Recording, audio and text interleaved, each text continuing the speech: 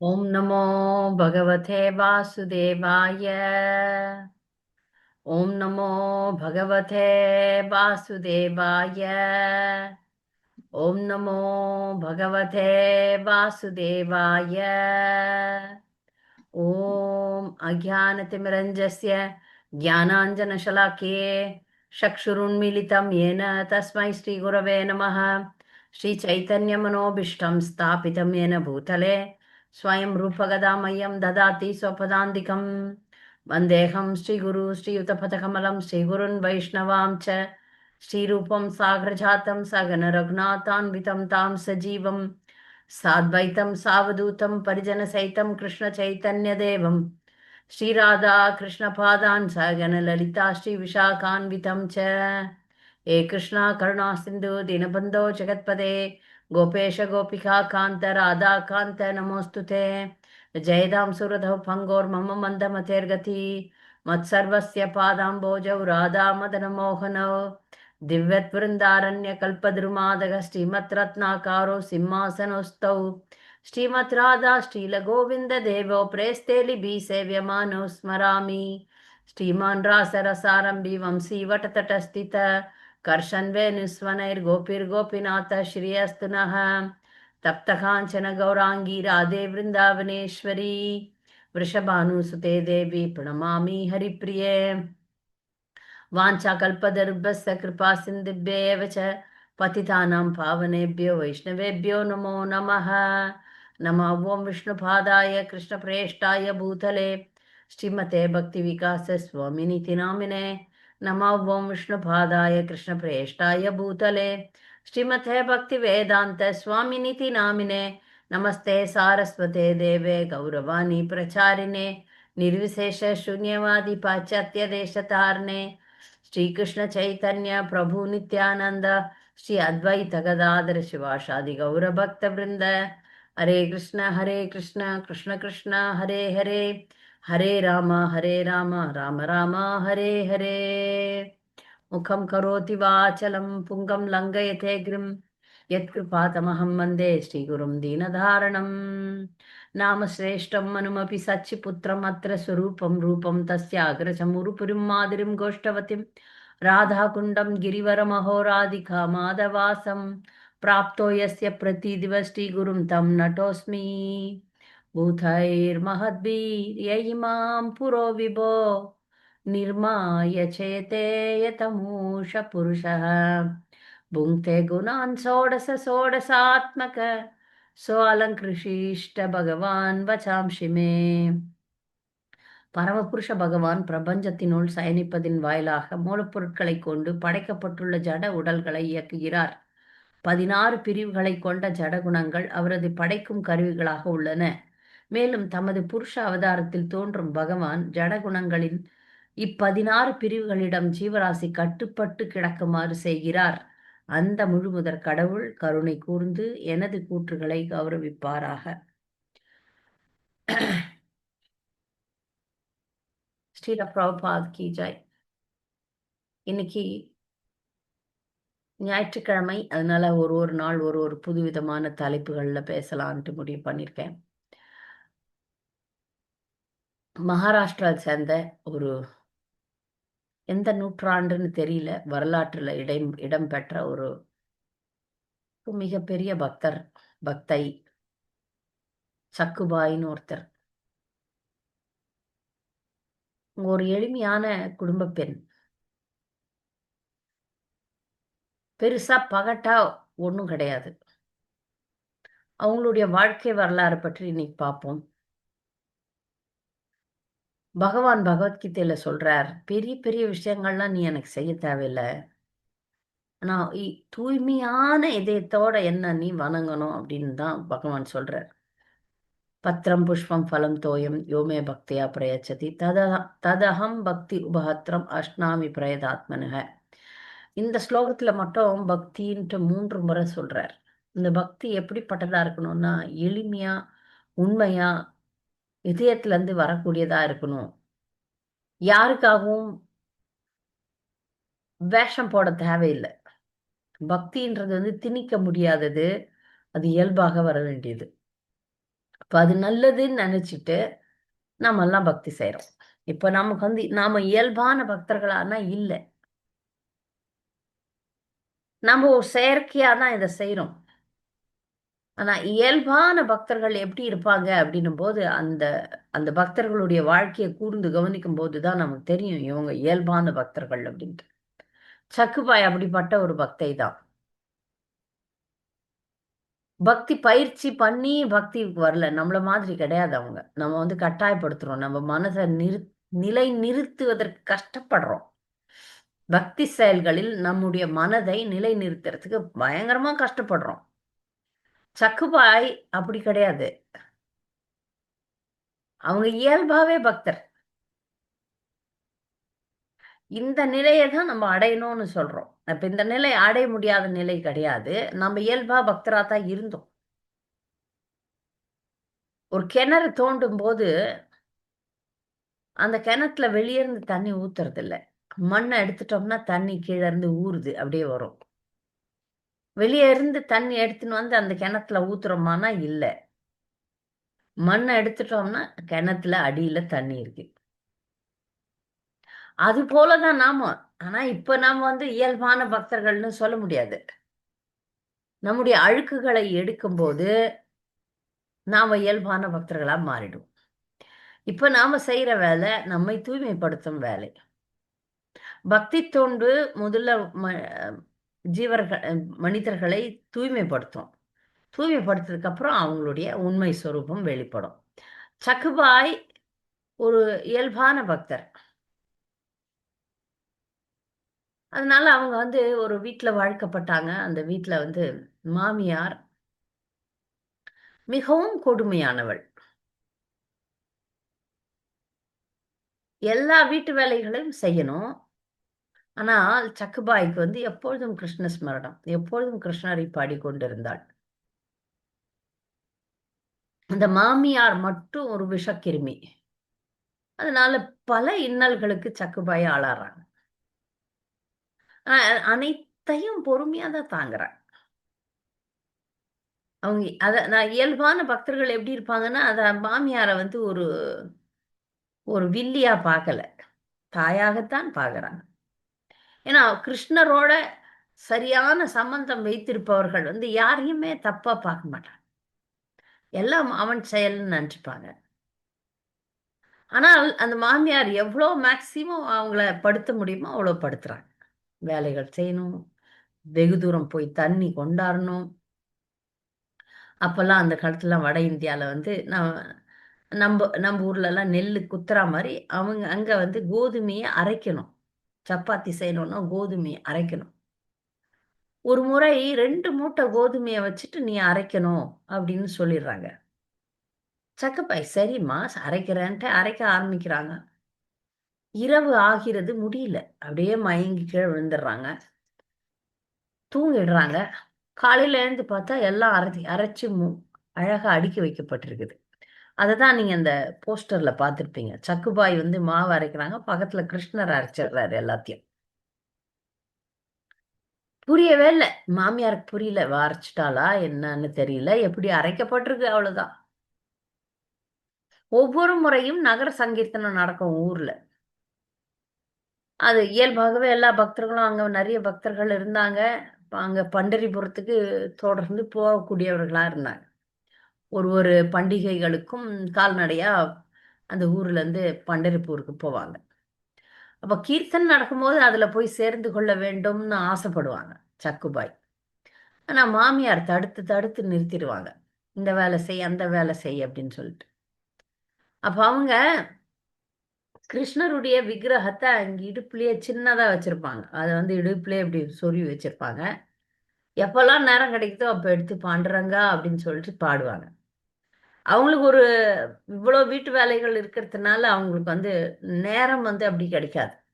அதுல எந்த நேரம் கிடைச்சாலும் பாண்டுரங்கனை தொழுவதிலே அவங்க செலவு பண்ணாங்க. ஒரு முறை அவங்க மாமியார் வந்து இவங்க கீர்த்தனத்துக்கு போயிடுவாங்க.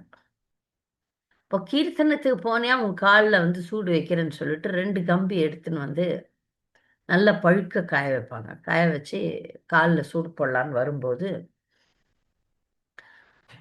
இவங்களுக்கு சக்குபாய்க்கு சூடு போறதுக்கு பதில் அவங்களுடைய கணவனாகி அவங்க அந்த மாமியாருடைய மகன் தானே அவன், அவனுக்கு போட்டுடுறாங்க சூடு. தவறா தவறான பகவான் அந்த மாதிரி திருப்பி விட்டுறாரு. அப்ப அந்த மகன் வந்து அப்படியே இவங்களுக்கு கணவன் இல்லையா, துடியா துடிக்கிறார். அவர் எப்படிப்பட்டவர்னா, அவர் வந்து சக்குபாய்க்கு வந்து சப்போர்ட் இல்லைன்னு சொல்ல முடியாது. ஆனா அம்மாவை மீறி பேச மாட்டார். நிறைய பேர் அப்படித்தானே, தாயை மீறி, தாய் செய்யறது தப்புன்னு தெரியும் ஆனா அவங்கள மீறி பேச மாட்டாங்க. இங்க அவருக்கு தெரியுது அம்மா பண்றது தப்புன்னு. ஆனா அவங்கள மீறி அவர் பேசுறதே கிடையாது. அதனால இப்ப வந்து சக்குபாய்க்கு வர வேண்டிய தண்டனை, தண்டனை இல்ல அவங்களுக்கு, அது பகவான் வந்து தன் பக்தர்களை காப்பாத்திக்கிறார். ஆனாலும் பக்தர்கள் பக்தர்களுடைய உறவினர்கள் ஆச்சே, இது கணவன் மிகப்பெரிய உறவு இல்லையா. அவர் பக்தர் அல்ல, கொடுமை செய்யும் தாயாருக்கு வந்து ஒத்துழைக்கிறார். அப்ப கூட சக்குபாய்க்கு வேதனை வந்துடும். கணவனுக்கு இந்த துன்பம் வந்துச்சுன்னா அது அவங்களுக்கு பெரிய துன்பமா இருக்கு. ஓடி போய் அப்புறம் எண்ணெய் தேய்க்கிறாங்க, அழறாங்க, அவர் துடிக்கிறார், இவங்களும் துடிக்கிறாங்க. அப்ப வந்து உடனே அவங்க வந்து ஒரு பகவானை பத்தின ஒரு பாடல் பாடுறாங்க. பகவானுடைய நாமத்தை சொல்லுங்க, வலி மறந்து போயிடும் அப்படின்னு சொல்றாங்க. அதுவும் அவரும் வந்து வழியில வந்து பகவான் பாண்டுரங்கனுடைய பாட்டை பாடுறாங்க. பாண்டுரங்கன் என்னுடைய நாமத்தை சொல்றாங்க. விட்டல விட்டல விட்டலன்னு சொல்றாங்க. அப்படி பகவானுடைய நாமத்தை சொல்ல சொல்ல சொல்ல மாயமா மறையுது அந்த சூடு வச்சதெல்லாம். ஏன்னா ஒரு பக்தர், அந்த பக்தருடைய கணவன் அவரை காப்பாத்துறதும் பகவானுடைய கடமை ஆயிடுது. சரி, தண்டனையை திருப்பி விட்டாலும், அந்த துன்பத்தை திருப்பி விட்டாலும், பக்தருக்காக, அந்த அம்மாக்காக அவர் வந்து கணவனையும் காப்பாத்துறாரு. இப்படியாக இருக்கும்போது அந்த மாமியாருடைய கணவன், மாமனார் வந்து ஒரு நல்ல பக்தர். இந்த மாமியாரனுடைய கொடுமையை தாங்கல. அவரும் பக்தர். ஏன் இந்த மாதிரி மருமகளை படுத்துறன்னு கேட்பார். அப்ப இவங்க ஏடா கூடமா பேசுவாங்க, பாத்திரங்கள்லாம் தூக்கி அடிப்பாங்க. அப்போ இங்க இருக்கிறத விட, அதாவது வனத்தை போன்று இல்லறம் இருந்தால் வனத்திற்கு போறது ஒரு தவறே இல்லைன்னு பாகவதம் சொல்லுது. எந்த ஒரு வீட்டில் மனைவி காட்டு விலங்கு போல நடந்து கொள்கிறாளோ, அந்த வீட்டை விட்டு கணவன் துறவறம் மேற்கொள்ளலாம் அப்படின்னு சொல்லிட்டு சாஸ்திரம் சொல்லுது. அப்ப அந்த மாமனார், போதும், உன்னோட நான் பட்டது போதும் அப்படின்னு சொல்லிட்டு அவர் கிளம்பிடுறார். நான் போறேன், எங்கேயாவது யாத்திரைக்கு போயிடுறேன் அப்படின்னு சொல்லிட்டு அவர் கிளம்பி சுத்தமா போயிடுறாரு. அந்த வெறி இன்னும் நிறைய ஆயிப்போகுது. மாமியாருக்கு இப்ப இன்னும் வெறி பிடிக்குது. அதுல வந்து கொடுமைகளை தொடர்ந்து செய்து கொண்டே இருக்கிறாள். பொறுமையா தாங்குறாங்க. சக்குபாய் வந்து பொறுமையின் சிகரமா இருக்கிறாங்க. வேலை செய்யறதுல சலிப்பு காட்டுறது கிடையாது. நான் பக்தர்ன்ற கர்வத்தையும் வச்சுக்கிறது கிடையாது. தனக்கு சொல்லப்பட்ட குடும்ப கடமைகளை, வேலைகளை பொறுமையா செஞ்சுட்டு பகவானுடைய நாமத்தை சொல்லிட்டு அவங்க வாழ்ந்து கொண்டு வருகிறார்கள். ஒரு முறை சக்குபாய்க்கு தெரிஞ்ச பக்தர்கள்லாம் பண்டர்பூர் போறாங்க. பண்டர்பூர் போறாங்கன்னு உடனே சக்குபாயினுடைய இதயம், அது வரைக்கும் பண்டர்பூரை அவங்க பார்த்ததே கிடையாது. அவங்க வாழ்க்கப்பட்டு வந்து இங்க வந்து இதுலயே இந்த குடும்பத்திலேயே சிக்கல்ல மாட்டி விட்டுருக்குறாங்க. சக்குபாய்க்கு ஆசை, எல்லா பக்தர்களும் போறாங்களே, நாமளும் கீர்த்தனையில போகணும், எப்படியாவது எப்படியாவது பண்டர்நாதனை பார்க்கணும் அப்படின்னு ரொம்ப ஆசைப்படுறாங்க. மாமியாரை கேட்குறாங்க, நான் போயிட்டு வந்துடுறேன், ஒரு எட்ட போயிட்டு வந்துடுறேன், விடுங்களேன் அப்படி. அவங்களுக்கு அப்படியே கேட்குறாங்க, அவங்க தான் விட மாட்டாங்கன்னு தெரியுமே. சக்குபாய் என்ன பண்றாங்க, அவங்களால கட்டே படுத்த முடியல. அதனால என்ன பண்றாங்க, நான் கிளம்புறேன் அப்படின்னு சொல்லிட்டு அப்படியே பின்னாடி ஓடுறாங்க. ஓடின உடனே மாமியாருக்கு வந்ததே கோவம், கோல் எடுத்துன்னு வந்து அடிக்கிறாங்க. அடிச்சு இழுத்துன்னு வராங்க. இழுத்துன்னு வந்து உள்ள வீட்டுல வச்சு, ஒரு வீட்டுல தூண் இருக்கும்ல, அந்த தூண்ல வச்சு கட்டிடுறாங்க. கட்டிட்டு கட்டிட்டு கதவு வேற பூட்டிடுறாங்க. பூட்டிட்டு நீ இங்கே இரு, உன்னை வந்து நீ வெளியே போனா காலை உடைச்சிரும், நீ எந்த மாதிரி குடும்பத்துல இருந்து வந்திருக்கிற? ஓடுகாலியா நீ? என்ன இது சும்மா பாண்டுறாங்கன்னா அந்த கோஷ்டி பஜனை கோஷ்டி போகுதுன்னா நீ பின்னாடி போற? ஒழுக்கமா அடக்க ஒடுக்கமா வீட்டுல இருக்கிற வழியை பார் அப்படின்னு சொல்லிட்டு மாமியார் வந்து திட்டி வச்சு அடிச்சு கட்டி போட்டு பூட்டிடுறாங்க. கணவனுக்கு பயம். இப்போ அம்மாவை மீறி எதுவும் சொல்லக்கூடாதே அப்படின்னு சொல்லிட்டு துடியா துடிக்கிறான் அவனும். எப்படியாவது காப்பாற்றணும், எப்படியாவது மனைவியை பிரிச்சு வைக்கணும், அந்த கட்டுல இருந்து எடுக்கணும் அப்படின்னு அவனும் துடிக்கிறான். ஆனா அம்மாவுக்கு பயம். என்ன பண்றதுன்னு தெரியல. பகவான் யோசனை பண்ணாரு, சக்குபாயை எப்படியே விடக்கூடாது, நம்ம சக்குபாய்க்கு வந்து ஏதாவது உபகாரம் பண்ணணும். பகவான் தன்னுடைய பக்தர்களாக என்ன ஒண்ணா பண்ணுவார். நம்ம பல வரலாற்றுகள்ல பாக்குறோம். பக்தன் சொன்னா நான் கேட்டுருவேன் அப்படின்ற எண்ணம் தான் பகவானுக்கு. நான் வந்து பக்தர்கள் கைவசம். அதனால பக்தன் என்ன சொல்றானோ அதான் எனக்கு அல்டிமேட் அப்படின்னு சொல்றவர் தான் பகவான். பகவானுடைய மிக உன்னதமான குணம் என்னன்னா, ஒருத்தர் பக்தர்ன்னு அவருக்கு புரிஞ்சு போச்சு. இப்ப கரெக்டா இப்ப நாமெல்லாம் வேஷம் தானே போடுறோம். நம்மள மாதிரி இல்ல. அவர் உண்மையான பக்தர் அப்படின்னு பகவானுக்கு புரிஞ்சிச்சுன்னு வச்சுங்களேன், என்ன ஒண்ணா செய்வார். அந்த பக்தருக்காக பகவான் எதை தன்னையே கொடுப்பார். அதனாலதான் தூய பக்தியை வந்து அவர் எளிதா கொடுக்கறது கிடையாது. மாயா வந்து வந்து வந்து வந்து தடுக்கும். அப்போ ஒரு கேள்வி கேட்பாங்க சில பேர், மாயை தடுக்குது அதனால தான் நான் தூய பக்தி பண்ணேன். இல்ல இல்ல, நாம் தீர்மானமா இருந்தோம்னா மாயெல்லாம் விலகிடும். மாயை இப்படி கை கட்டி நிற்கும். தீர்மானமான பக்தர்களை மாயை ஒண்ணும் பண்ண முடியாது. அப்ப தீர்மானம் எடுக்கிற ஒரு பக்தர்கள், நான் வந்து பக்தி செய்தே ஆவேன், கிருஷ்ணரை தவிர வேற எந்த சிந்தனையும் எனக்கு வரக்கூடாது, கிருஷ்ணர் தான் வேணும் அப்படின்னும் போது கிருஷ்ணரை அது கட்டி போட்டுரும். அந்த நிலை வந்து மிக உன்னதமான நிலை. அவங்களுக்கு வேற விஷயங்கள்ல லைஃப்பே இருக்காது, விருப்பமே இருக்காது. அவங்க விருப்பம் எல்லாம் வந்து கீர்த்தனையில இருக்கணும், பக்தர்களுக்கு சேவை செய்யணும், பகவானை தரிசிக்கணும், பாடணும், பகவானை பற்றி கேட்க வேண்டும், பகவானுடைய பக்தர்களுடைய சத்சங்கத்திலே இருக்கணும். வேற எந்த அந்யாபிலாஷிதா சூன்யம், வேற எந்த ஆசையும் அவங்களுக்கு இருக்காது. அது இயல்பாவே இருக்கும். அதை யாராலையும் தடுக்கவும் முடியாது. தூய பக்தி என்பது அப்படிப்பட்டது. எந்த ஒரு பௌதீக சூழ்நிலையும் தூய பக்தியை ஒண்ணும் பண்ண முடியாது. இப்ப இவங்க கட்டி போட்டாலும் மனசு வந்து அங்க பக்தர்களோட போய் கொண்டிருக்கிறது. சக்குபாயனுடைய மனது உடல் தான் கட்டப்பட்டிருக்கிறது. மனசு வந்து அவங்க பொ- பொ- சங்கீர்த்தனத்துல போயிட்டு இருக்கு. பகவான் பார்த்தார், இனி தாங்க முடியாது, இந்த பக்தரை நம்ம கிட்ட வர வைக்கணும் அப்படின்னு சொல்லிட்டு அவர் வந்துடுறாரு. அவர் சக்குபாயா வந்துடுறாரு. வந்து இந்த சக்குபாய நீ போ கீர்த்தனத்துக்கு அப்படின்னு சொல்லி அனுப்புறாரு. அது எப்படின்னா, அங்கேயும் வந்து அவர் கிருஷ்ணரா வந்து பிரிச்சு விடுறதெல்லாம் இல்ல. இவங்க வந்து கட்டுகள்லாம் தானா விலகுது. அவங்க கணவர் வந்து அனுப்புற மாதிரி பண்ணி விட்டுறாரு. ஆனால் இங்கு கிருஷ்ணரே சக்குபாயா வந்து உட்காந்துடுறாரு. மறுநாள்ல இருந்து எப்படி மாமியார் சொல்றாங்களோ அந்த வேலையெல்லாம் கிருஷ்ணர் செய்றாரு. மாவரைனா மாவரைக்கிறார், பெருக்கு, சமையல் செய்ய. ஆனா அந்த கணவனுக்கு மட்டும் சக்குபாய் மேல ரொம்ப ஈர்ப்பு வருது. நார்மலா ஈர்ப்பு இருக்கு, மனைவி மேல அன்பு இருக்கு.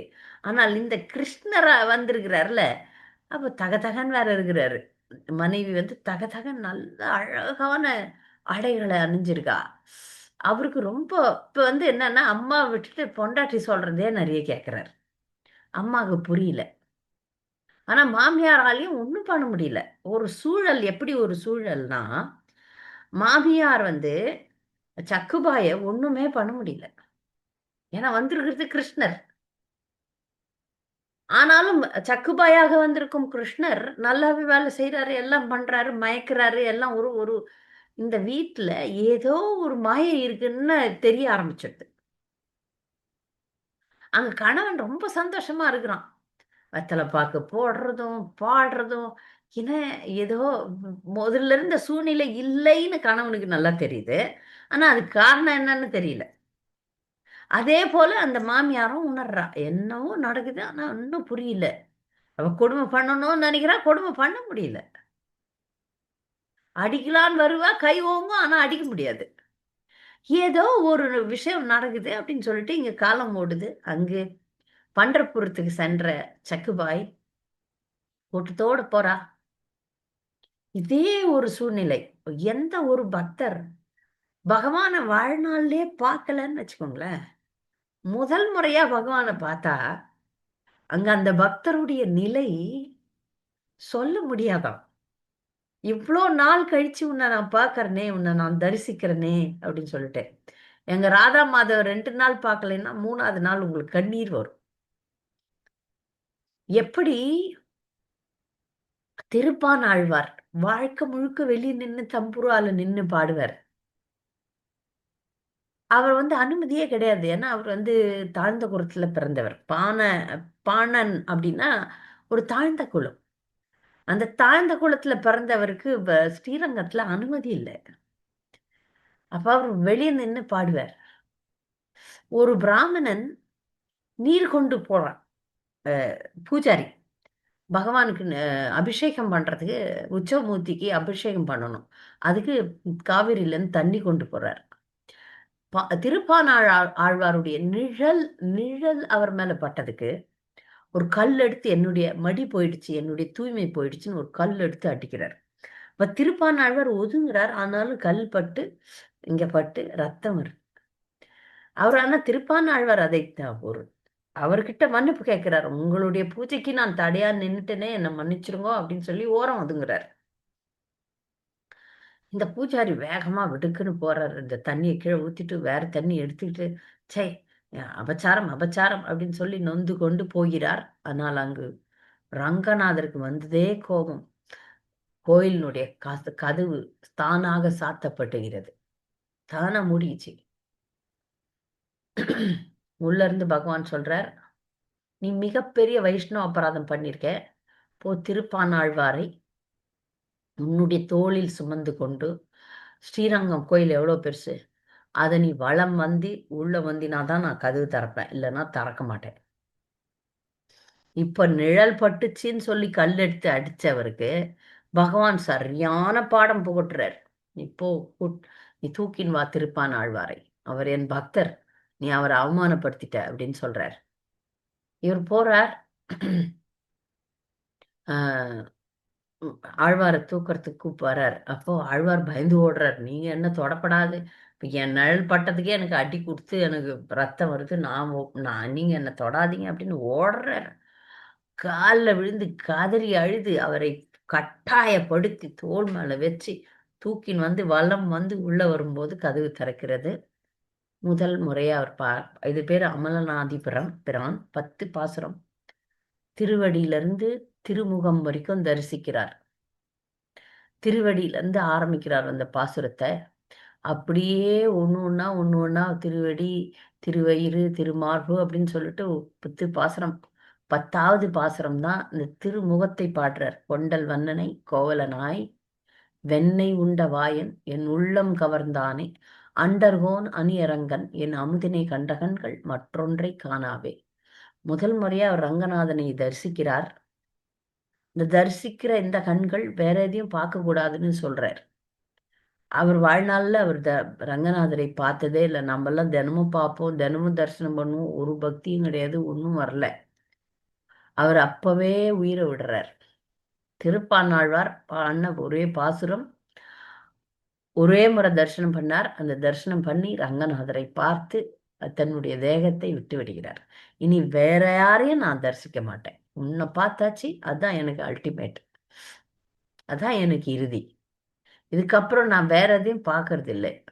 அந்த மாதிரி கண்ட கண்கள் மற்றொன்றை காணாது. வேற தெய்வத்தையும் கிடையாது, வேற விஷயத்தையும் பார்க்காது. என் கண்கள் உன்னை பார்த்துச்சு, அவ்வளவுதான். என் அமுதினை கண்ட கண்கள் மற்றொன்றை காணாவென்னு சொன்னாரா? அதே சூழ்நிலை தான் சக்குபாய்க்கு. சக்குபாய் மராட்டியில பாடியிருப்பாங்க போல் இருக்கு. அதெல்லாம் நான் பாடல. அந்த பாட்டெல்லாம் எனக்கு வரல. நான் அதெல்லாம் ஒரு ஆராய்ச்சியெல்லாம் பண்ணல. அந்த அம்மா நிறைய பாடியிருக்காங்க போல் இருக்கு. அதெல்லாம் யாருன்னா மராட்டி பக்தர்களை கேட்டு இல்லை அவங்கள வச்சு புத்தகம் எழுதுனா ஆச்சு. இவரை பற்றி, துக்காராம் பற்றி நிறைய அவர் எழுதின பாடல்கள் பற்றின விவரங்கள் இருக்கு. ஆனா சக்குபாய் பத்தி ஒரு விவரங்கள் இல்லை. ஆனால் இது நடந்தது என்பது உண்மைதான். சக்குபாய்னு திரைப்படங்கள்லாம் வந்திருக்கு. அவங்க வாழ்க்கையில இதெல்லாம் நடந்தது என்பது வரலாற்று உண்மைதான்.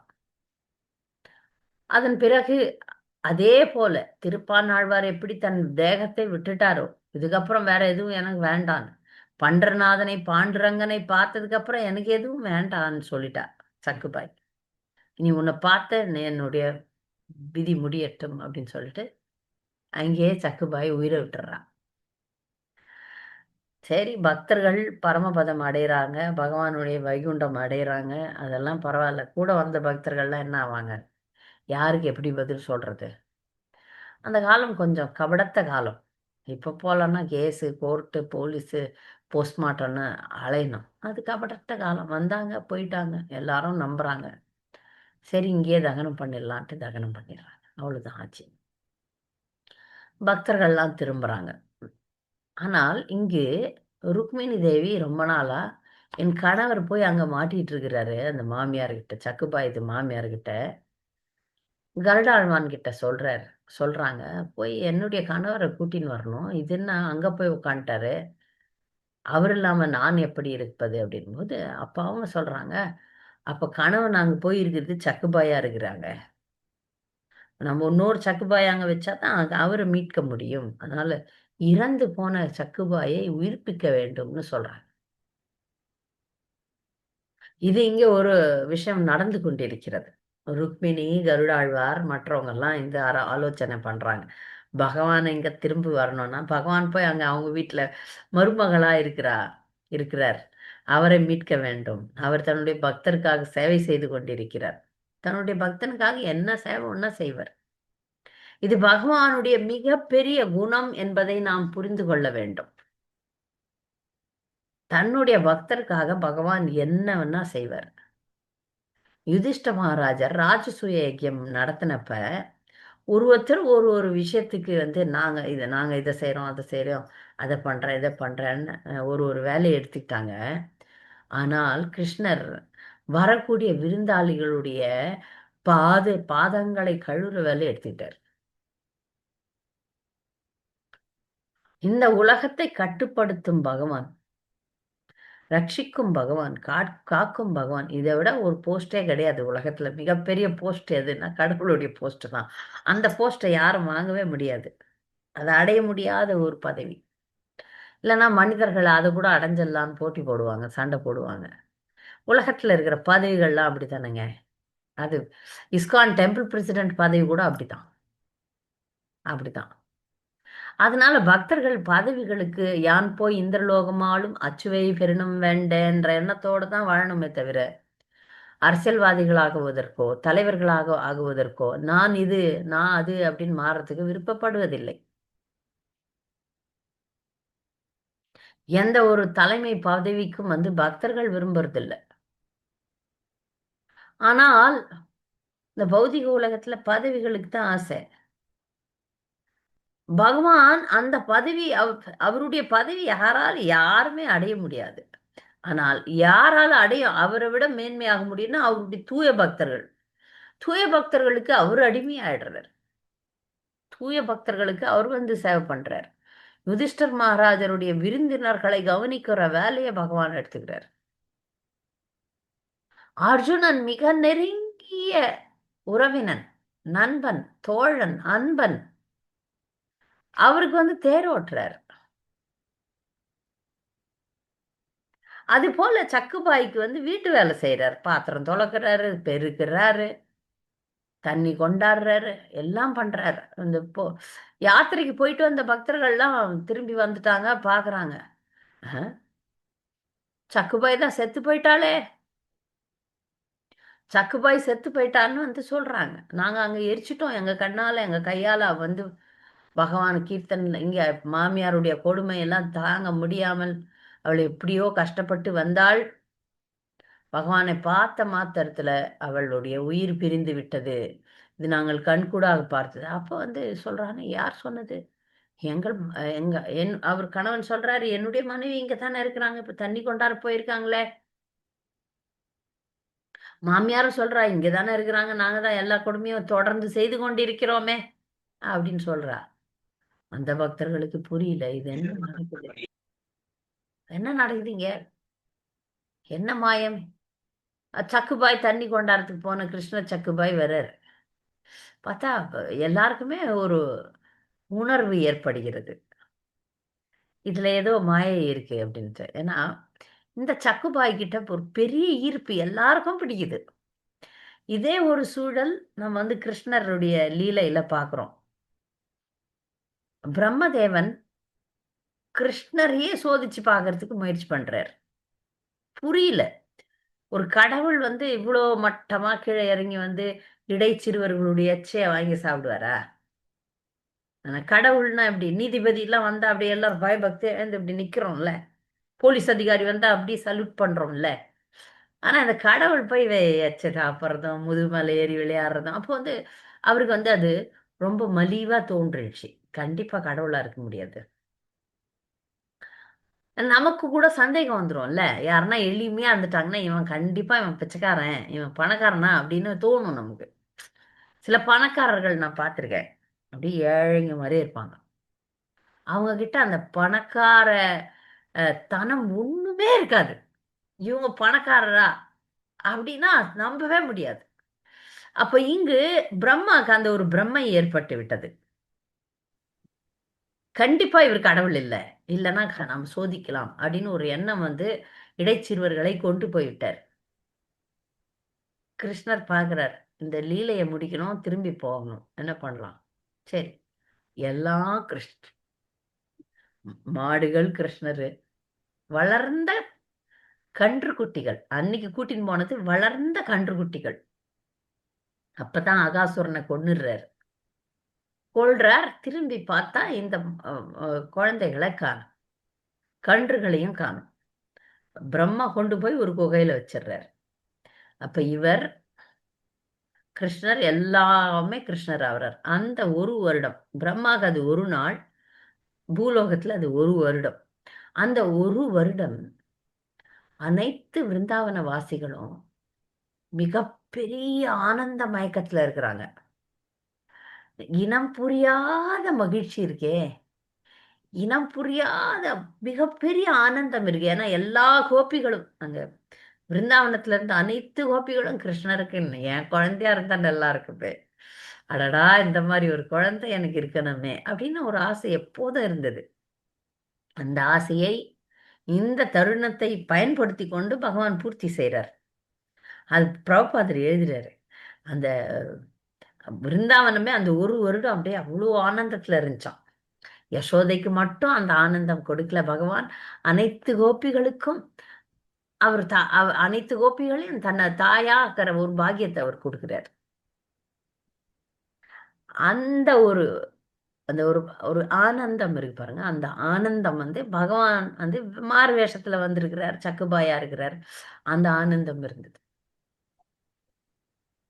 பக்தர்களுக்கு அப்பப்போ வந்து பகவான் வந்து சுகத்தை குடுக்கிறார். நீங்க கேட்கலாம் அந்த மாமியார் என்ன புண்ணியம் பண்ணா அப்படின்னு சொல்லிட்டு. மாமியார் பாவம் தானே பண்ணா. ஆனா மருமகள் செய்த புண்ணியம். ஒரு வீட்ல ஒருத்தர் பக்தரா இருந்தா, அந்த பக்தருக்காக பகவான் அருள் புரிகிறார். அந்த வீட்ல இருக்கக்கூடிய புண்ணியத்த அவ பண்ணிட்டா மாமியார். கொடுமை பண்ணாலும், பகவானுடைய சாநித்தியம் அவளுக்கு கிடைச்சது. ஏன்னா, அது பக்தருடைய கருணை. ஏன்னா, பக்தர் இந்த சக்குபாய் அவங்கள மன்னிக்கிறாரு. அம்மான்னு தானே சொல்றா. தன்னுடைய கணவனுடைய அம்மாவா இருந்தான்னா, என்னுடைய அம்மாவா இருந்தா, நீ என் அம்மா தான். என்னுடைய அம்மா நீ.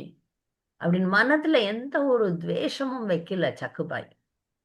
மனம் வந்து தூய்மையாக இருந்தது. அந்த தூய்மையின் விளைவு தான் இவ்ளோ விஷயமும் நடக்குது. ஒரு பக்தர் ஒரு இடத்துல இருந்தா, அந்த பக்தருக்காக சுத்தி இருக்கிறவங்க எல்லாருக்கும் நல்லது நடக்கும். நம்ம இஸ்கான்ல நடக்குதா?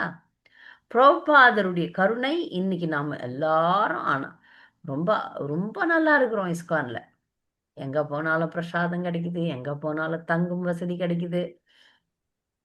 அழகான கீர்த்தனைகள் ஓடுது. பகவத் தரிசனம் அமோகமா நடக்குது. பகவத்கீதையை பற்றி பட்டி தொட்டி எல்லாம் பரப்பப்படுது. யாருக்காவது அப்பெல்லாம் ஒரு 50 வருஷத்துக்கு முன்னாடி பிரபுபாதருடைய இயக்கம் வளர்றதுக்கு முன்னாடி நீங்க பாத்தீங்கன்னா பகவத்கீதைன்னா என்னன்னு கூட தெரியாம இருந்தோம். நான்லாம் பகவத்கீதையை தேடு தேடு தேடுன்னு தேடினேன். யாருன்னா சொல்லி கொடுப்பாங்களான்னு பார்த்தேன். எப்படி படிக்கிறதுன்னு தெரியாது. ஒரு விஷயம் மட்டும் புரிஞ்சுது. நம்மலாம் இந்துக்கள். ஆனா பகவத்கீதை நம்ம புத்தகம்னு தெரியும். ஆனா யாராவது என்னைக்காவது சொல்லி கொடுத்தாங்களான்னா இல்லை. யாருக்காவது தெரியுமா நம்ம முன்னோர்களுக்கு? அவங்களுக்கும் தெரியாது. ஆனா அதெல்லாம் அந்த கருணையெல்லாம் நமக்கு வந்து பிரபுபாதர் கொடுத்தார். பிரபுபாதருக்கு கஷ்டப்பட்டதுனால பக்தர்களை ஒரு விஷயத்தை யோசிக்கணும். நம்மலாம் இப்ப நிறைய பேரை நான் பார்க்குறேன். இப்படிதான் இருக்கணும், அப்படிதான் இருக்கணும், கார் தான் வேணும், கார்ல ஏசி வேணும், இது வேணும், அது வேணும் அப்படின்னு ரொம்ப சுகமா இருக்கணும். அப்பதான் நான் பக்தி பண்ணுவேன்ட்டு நிறைய பேர் இருக்கிறாங்க. எனக்கு இந்தந்த வசதிகள் இருந்தாதான் நான் வந்து வருவேன். காலை வைப்பேன் நான். அப்படின்னு நம்மளெல்லாம் சொல்றாங்க. அந்த மாதிரி யோசிக்கலையே பிரபுபாதர். பணம் சம்பாரிச்சுன்னு தான் நான் வருவேன். இங்க கோயில்ல சாமி பார்ப்பேன் அப்படின்னு நினைக்கிறோம். அப்படி இல்லையே. நம்மகிட்ட பணம் இல்லைன்னா என்ன பண்றது? அங்க ஒரு கோயிலுக்கு போறதுக்கு நமக்கு பணம் இல்லைன்னா என்ன பண்றது? ஒரு இடத்தில் நான் பக்த சங்கம் இல்லை எங்களுக்கு. ஆனா அந்த இடத்துக்கு போனோம்னா நிறைய பணம் செலவாகும். ஆனாலும் இப்ப எப்படியோ செலவு பண்ணி போயிட்டோம் நாங்க. போயிட்ட பிறகு இது வெளிநாடுகள்ல. இங்க பகவான் நல்லா வச்சுக்கிறாரு எங்கள. அங்க போயிட்டு அங்க வந்து தங்கறது, சாப்பிடுறது 2 செலவு இருக்கு. அப்ப நான் உடனே சொன்னேன், நான் சேவை செய்கிறேன். நீங்கள் கேட்கிற சேவைகள் தான் செய்றேன். எனக்கு 2 செலவுல ஒரு செலவ நீங்க குறைச்சுக்கோங்க. அப்படின்னு சொல்லிட்டு கிட்டத்தட்ட ஒரு நாள்ல வந்து 2, 3 மணி நேரம் அந்த கிளாஸ் நடக்கிற நேரம் விட்டுட்டு 3 மணி நேரம், 4 மணி நேரம் நான் போய் கிச்சன்ல வேலை செஞ்சேன். பக்தர்கள் பக்திக்காக எதையும் செய்யணும். அப்பதான் பகவானுடைய மனம் உருகும். அப்போ முதல்ல வந்து எனக்கு வந்து எந்த சேவை குடுத்தாங்கன்னா, அ பக்தர்கள்லாம் எச்ச தட்டு கழுவுவாங்கல்ல. அப்ப அந்த தட்டு கழுவுற இடத்துலலாம் ரொம்ப அழுக்கா இருந்தது. அத போய் கழுவுங்கன்னு சொன்னாங்க. நான் வீட்லயே 2 வேலைக்காரி வச்சுன்னு இருக்கிற ஆள் நான். ஆனா இது வெளிநாடுகள்ல நான் வந்து வேலை செய்ய மாட்டேன்னு சொல்ல முடியாது. நம்ம வேலைய நாம தான் செஞ்சாகணும். இப்ப இந்த நம்ம இந்திய நாட்டுல நம்ம வந்து வேலைக்காரிகள் வைத்துக் கொள்கிறோம். ஆனா அங்கலாம் முடியாது. அங்க வீட்லயும் வேலை செஞ்சுட்டு, கஷ்டப்பட்டு அந்த வெளிநாட்டுல ஒரு கோயிலுக்கு போனேன். அது வந்து ஃபார்ம் கம்யூனிட்டி. முதல்ல எல்லாம் தரையெல்லாம் கழுவுங்க அப்படின்ட்டாங்க. என்னால கீழ உட்கார முடியாது. என்னைக்குமே நான் கீழ உட்காந்து தரை துடைச்சதில்ல. ஆனா செஞ்சேன். ஏன்னா பக்த சங்கம் வேண்டும். ஒரு வாரம் எங்களுக்கு கோயில் கிடைச்சது. ஒரு வாரம் மங்களாரத்தி கிடைச்சது. அகில உலக அ பாடுகின்ற பக்தர்கள் வந்திருந்தாங்க. கீர்த்தன் மேளா நடந்தது. அதனால நான் எல்லாம் செய்ய ஆரம்பிச்சேன். அடுத்து பாருங்க ப்ரமோஷன். இந்த வேலை யார் வேணா செய்யலாம். நீங்க வாங்க கிச்சன்ல காய்கறி கட் பண்ணுங்க. அது ஒரு நாள் தான் காய்கறி கட் பண்ணேன். அடுத்த நாள் வந்து பெரிய பெரிய மகாராஜங்கள்லாம் அங்க வந்தாங்க. இது தானா நடந்தது. நானா செய்யல. நானா கேட்கல.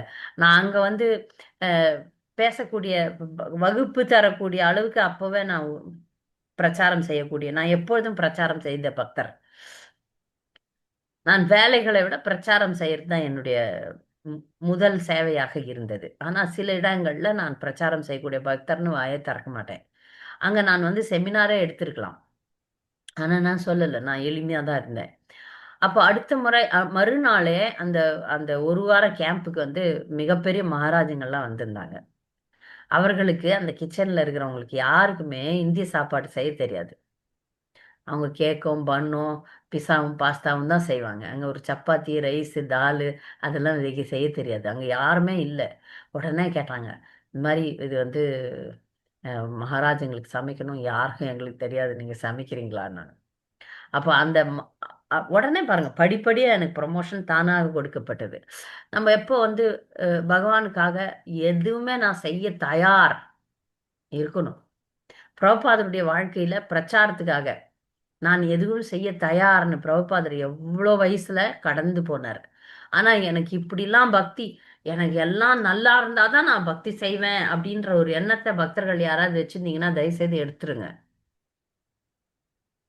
எந்த சூழ்நிலையிலும் நான் பக்தி செய்வேன். எனக்கு பக்திக்கு தான் முக்கியத்துவமே தவிர, என்னுடைய உடல் சௌகரியங்களுக்கு முக்கியத்துவம் கிடையாது, கொடுக்க கூடாது. கொஞ்சம் கஷ்டப்படணும். கஷ்டப்படுறதுல தப்பே கிடையாது. நோவாம நோன்பு கும்பிட முடியாது. அப்படி நினைச்சோம்னா, நீ சுகமாக இருன்னு சொல்லிடுவாரு கிருஷ்ணர்.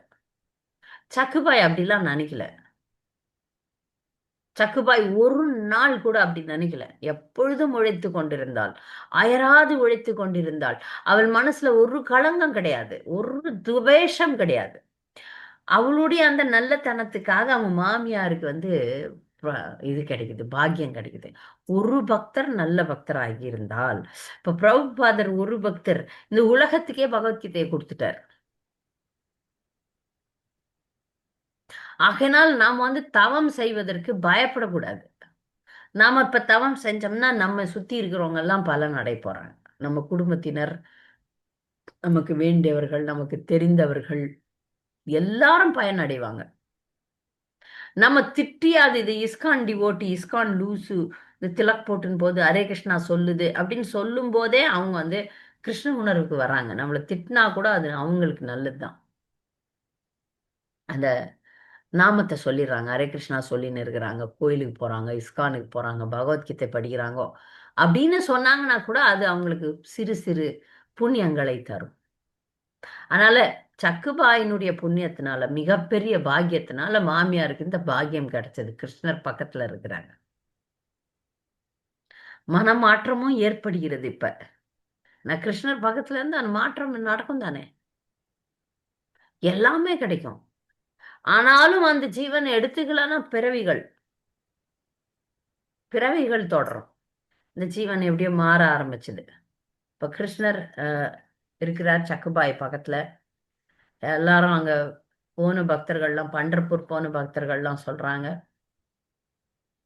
சக்குபாய் செத்து போயிட்டா. எங்களோட வந்தா நாங்களே எங்க கையால தகனம் பண்ணோம். இங்க இருக்கிற சக்குபாய் பேயா இருக்கும். எல்லாரும் பயப்படுறாங்க பேயா அப்படின்னு சொல்லிட்டு. அதற்குள்ளாக ருக்மிணியும் கருட ஆழ்வாரும் சேர்ந்து கொண்டு இறந்து போன சக்குபாய்க்கு உயிர் கொடுத்து எரிச்சுட்டாங்க. அவளை எழுப்ப வச்சு அவளை கொண்டு வராங்க இங்க. அதே கருட வாகனத்துல கொண்டு வராங்க. கொண்டு வந்தவொடனே எல்லாருக்கும் இன்னும் ஆச்சரியம். இங்க ஒரு சக்குபாய், அங்க ஒரு சக்குபாய். அந்த சக்குபாய் உண்மையான சக்குபாய். அப்போது கிருஷ்ணர் கிருஷ்ணரா சக்குபாயாக இருக்கக்கூடிய கிருஷ்ணர் வந்து அம், பண்டரிநாதனாக பாண்டுரங்கனாக எல்லாருக்கும் காட்சி தர்றாரு. ஒரு பக்தருக்காக அந்த குரு கிராமமே தரிசிக்கிறார் பகவானை. இப்ப எல்லாருக்குமே தெரியுது சக்குபாய் வந்து சாமானியமான குடும்ப பெண் கிடையாது. அற்புதமான பக்தர், அற்புதமான பக்தை. அதனால எல்லாருக்கும் அந்த பாக்கியம் கிடைக்குது.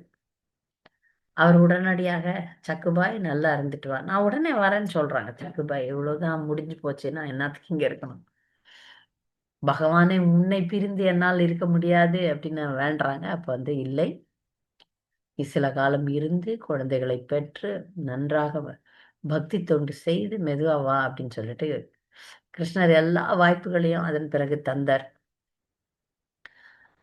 சக்குபாய் வந்து பக்தர்களுக்கு வந்து ஒண்ணு மட்டும் புரிஞ்சுக்கணும். நான் எந்த சூழ்நிலையிலும் பக்தி செய்வேன் அப்படின்ற ஒரு சோதனை, அப்படின்ற ஒரு காலகட்டத்தை நம்ம தாண்டணும்.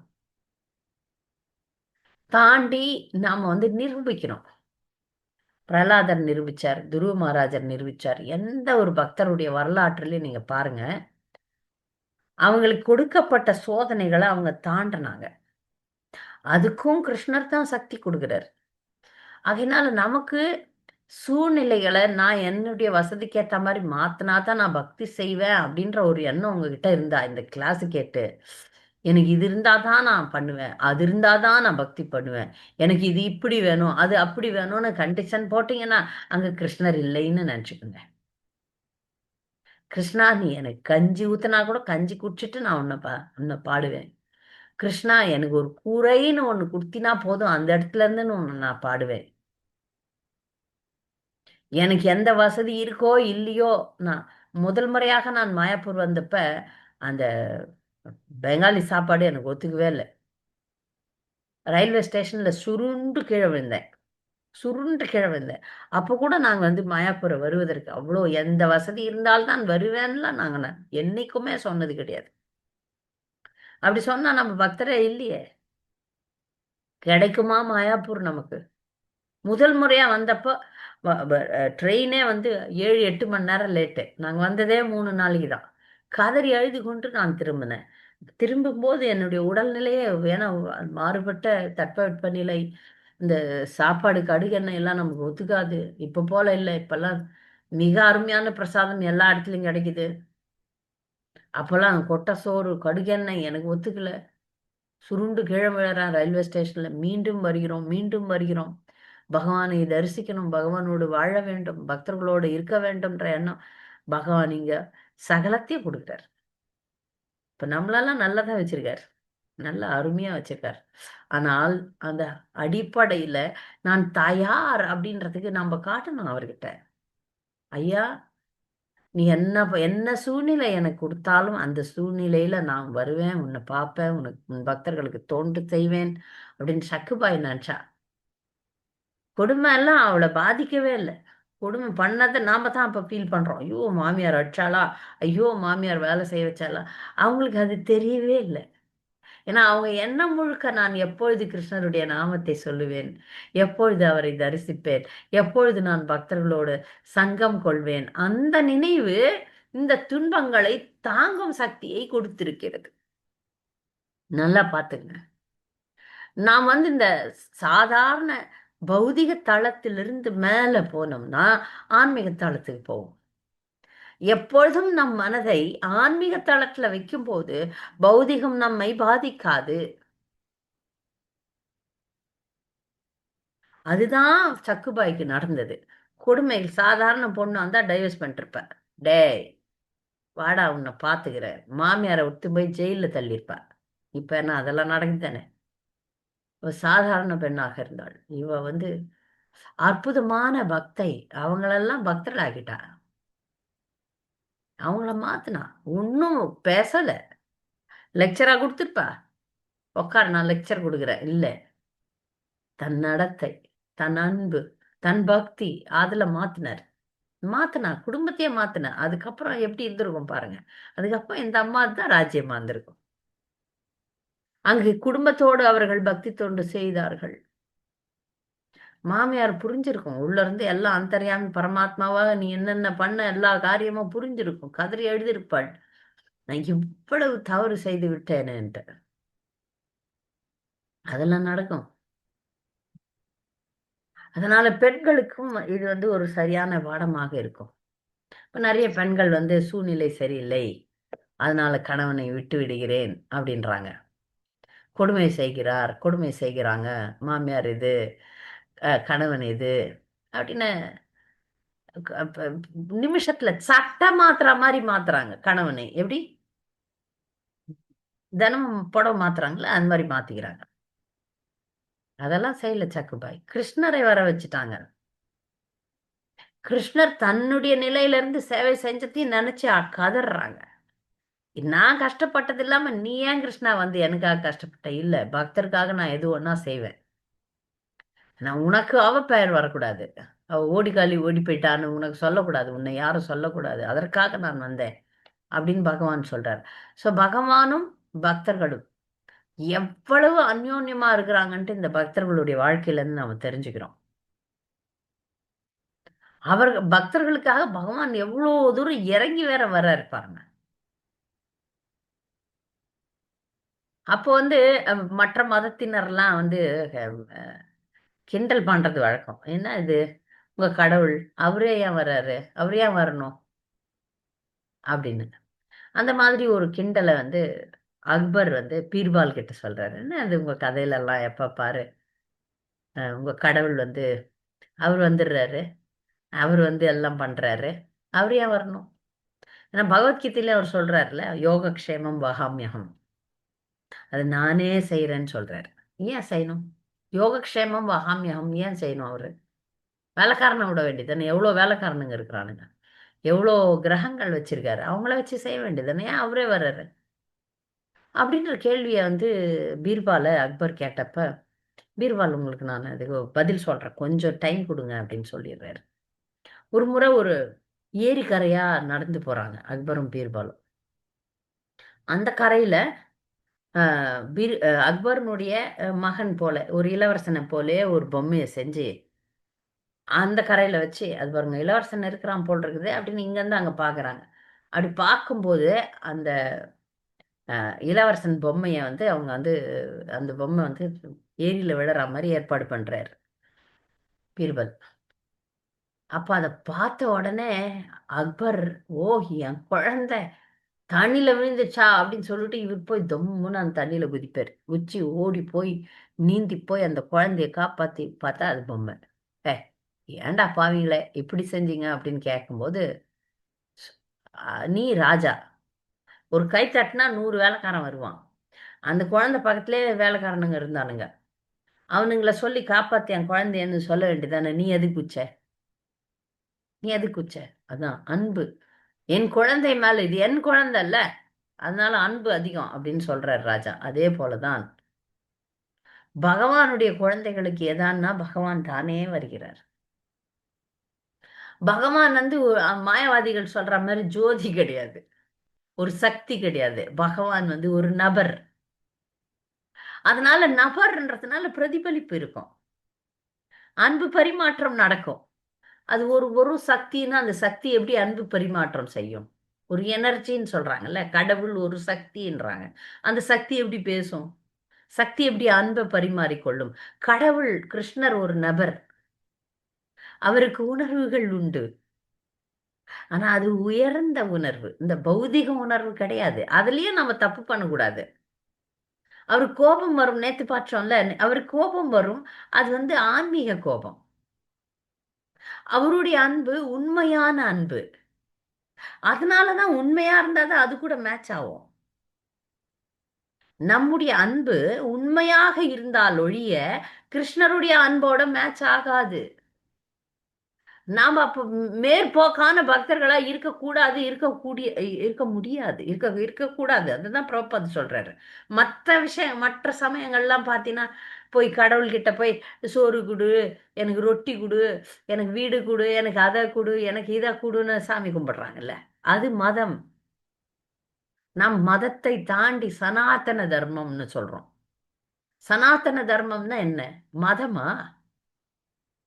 நிறைய பேருக்கு சனாதன தர்மம்னா என்னன்னு தெரியாது. சனாதன தர்மம் என்பது மதம் கிடையாது, ஜாதி கிடையாது, ஒரு குறிப்பிட்ட இந்த கிறிஸ்டியன், இந்து, முஸ்லிம், அந்த மாதிரி ஜெயின், அத மாதிரி ஒரு மதம் கிடையாது. சனாதன தர்மம் என்பது ஜீவனின் தர்மம். ஜீவனின் தர்மம் கிருஷ்ணரை நேசிப்பது, அதை அடையிறது, அதுதான் பக்தி. மற்றபடி எனக்கு இதை கொடு, எனக்கு அதை கொடுன்னா அந்த சரீரத்துக்கானது. அது எல்லாமே துன்பங்கள் வரும்போது இது சரீரத்துக்கானது. எனக்கும் அதுக்கு சம்பந்தம் இல்லை, என்னுடைய சம்பந்தம் கிருஷ்ணரோட அப்படின்னு சொல்லி நம்ம மாறும்போது, நாம் ஆன்மீக தளத்துக்கு வரும்போது தான் உண்மையை நோக்கி நடை போடுவோம். உண்மையான பக்தியை தான் கிருஷ்ணர் தேடுறார். நம்மள யாராவது உண்மையான பக்தரா இருந்தா கிருஷ்ணர் வருவார், கண்டிப்பா வருவார். வந்து நம்மோடு இருப்பார், நமக்கு வழிகாட்டுவார். சரியா? நான் சக்குபாய் என்னுடைய கதையை முடிச்சிட்டேன். சக்குபாய் அவ்வளோ கஷ்டப்பட்டாங்க. சின்ன கதை தான், ஆனால் ஆழமான பக்தராக, இயல்பான பக்தராக இருந்தாங்க. ஆண் பெண் எந்த ஜீவராசி, இப்போ தேவன் அசுரன் யாராகனா இருக்கலாம், பிறப்புனால ஒரு ஜீவன் யாராகனா இருக்கலாம், ஒரு மிருகமாக கூட இருக்கலாம். ஆனால் அவர்கள் பக்தி செய்தால் பகவான் அதை பிரதிபலிக்கிறார், அவர்களை நேசிக்கிறார், அவர்களுக்கு வந்து பகவான் வந்து ஆதரிக்கிறார். அதெல்லாம் நம்ம பார்க்குறோம். சக்குபாய் ஒரு எளிமையான வீட்டு பெண். அவங்க பெருசா ஒரு பண்டிதர் கிடையாது, பெரிய ஞானி கிடையாது, பெரிய யோகி கிடையாது, பெரிய பெரிய ரிஷி முனிகள் கிடையாது, பெரிய தவம் ஒன்றும் பண்ணல. இயல்பான பக்தர், எப்போதும் கிருஷ்ணரை தவிர வேற சிந்தனை இல்லாதவர். அதனால அனைத்து துன்பங்களையும் அந்த அம்மாவால கடக்க முடிஞ்சது. இது ஒரு சாதாரண பெண்ணா இருந்தா அவ்வளவுதான், எங்கேயோ நடந்திருக்கும், என்னென்னவோ நடந்திருக்கும். அவள் அனைத்தையும் தாங்கினான்னா அதுக்கு ஒரே ஒரு காரணம், கிருஷ்ண உணர்வு, தூய கிருஷ்ண உணர்வு. அதுதான் இந்த சக்குபாயினுடைய வாழ்க்கையில இருந்து நம்ம பார்க்கிறோம். உலகாய் துன்பங்கள் எவ்வளோ பெருசா இருந்தாலும் கிருஷ்ண உணர்வுன்னு ஒரு ஒரு ஒரு மிக மிக ஸ்ட்ராங்கான கிருஷ்ண உணர்வு, உறுதியான கிருஷ்ண உணர்வு நம்மள இருந்தா மலை போல துன்பங்கள் கூட நமக்கு கடுகு மாதிரி ஆயிடும்னு சாஸ்திரம் சொல்லுது. துன்பங்கள் மலை போல இருந்தாலும் அதை கடுகு மாதிரி ஆக்கிடலாம் கிருஷ்ண உணர்வை நாம் அதிகப்படுத்தும் போது. துன்பங்கள் வரும்போது ஒரே வேலை தான், பீட் பேக்ல கைவிட்டு ஹரே கிருஷ்ண ஹரே கிருஷ்ண கிருஷ்ண கிருஷ்ண ஹரே ஹரே ஹரே ராம ராம ராம ஹரே ஹரேன்னு ஜெபிப்போமாக. அது பண்ணும்போது அனைத்தையும் நாம் கடந்து விடலாம். சக்குபாய் மாதிரி, சக்குபாய் மாதிரி நமக்கும் வருவார். நமக்கு வரமாட்டாருன்னு இல்லை, கண்டிப்பா வருவார். ஆனால் நாம் உண்மையாக இருக்க வேண்டும், நேர்மையான பக்தர்களாக இருக்க வேண்டும். பிரபுபாதர் சொல்ற மாதிரி கற்புடைய பக்தர்களாக இருக்க வேண்டும். இந்த கற்புடைய பக்தர்கள்ன்ற வார்த்தை எனக்கு ரொம்ப பிடிக்கும். ஏன்னா அந்த கற்புடைய பெண் எப்படி ஒரு கணவனை தவிர வேற எதையும் வேற எந்த ஒரு ஆடவனையும் நினைக்க மாட்டாள். அது போல கற்புடைய பக்தர்கள் கிருஷ்ணரை தவிர, கிருஷ்ணருக்கு பிரியமான விஷயங்களை தவிர வேற எதுலயும் ஆர்வத்தை காட்ட மாட்டார்கள். அதனால நாம் அனைவரும் கற்புடைய பக்தர்களாக வாழ்வோமாக. ஹரே கிருஷ்ணா. சந்தேகங்கள் இருந்தா கேட்கலாம்.